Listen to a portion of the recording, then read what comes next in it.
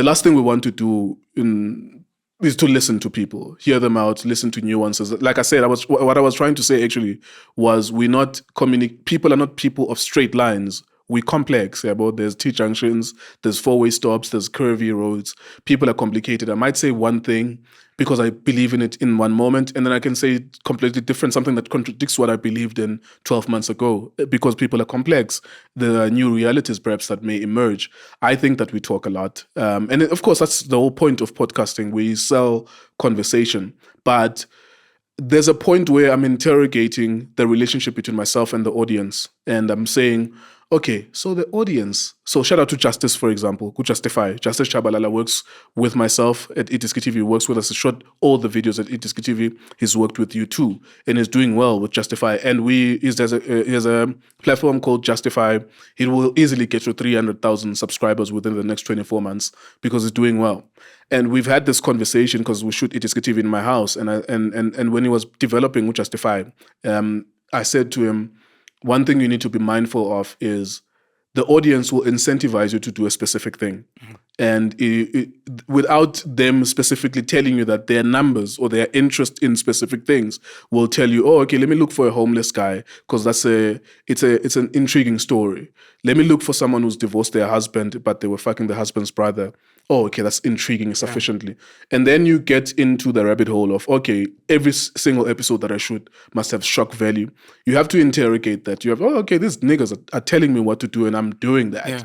When you give yourself time to interrogate that, you will know that, okay, this is not what I want to do. I'm very fortunate. I'm in a privileged position to say that I don't want to do that because I have another vehicle that pays my bills, and hopefully we can sell it one day and then I retire. Not retire, but I don't shoot any video ever again in my life. So I think that's what's happening. When I'm saying we talk too much, okay, maybe that's not the right way to put it, but I'm saying that we have to interrogate our relationship with content, with the people that consume the content, because why is it that you cannot pick up a random woman from the street, ask them, you're 89 years old, who are you? Where do you come from? Who was your mother? Who was your father? What have you made of this country as it changes, as it has new nationalities coming in? What do you think white people's relationship with black people is today as it was because you're 89 years old, as it was 40 years back?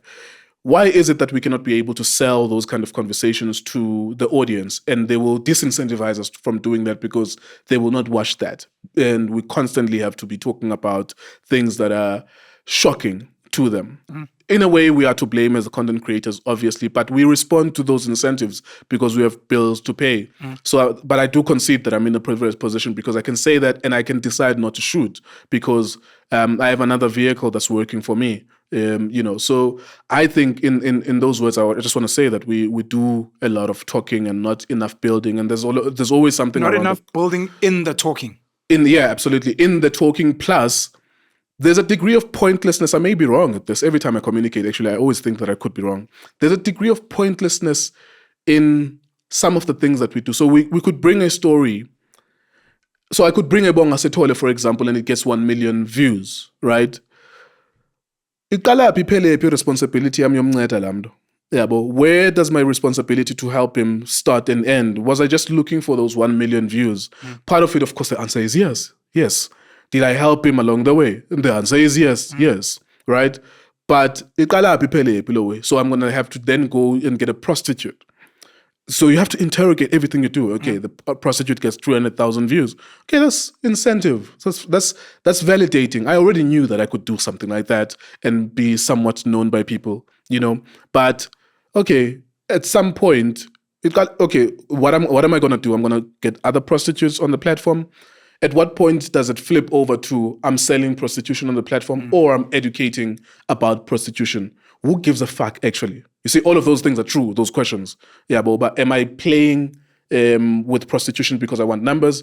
Or am I promoting prostitution, generally speaking? Or am I educating on prostitution? This is true for even people who do crime stories.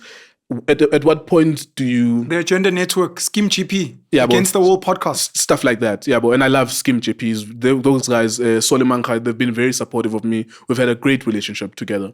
But I'm just saying, as content creators... Shout out to Soli, man. I met him last year, the year before. He's a great dude. Sure. Solimanka, I love him. And So we have to interrogate some of those things. But also, even to the audience, I'm very critical of the audience.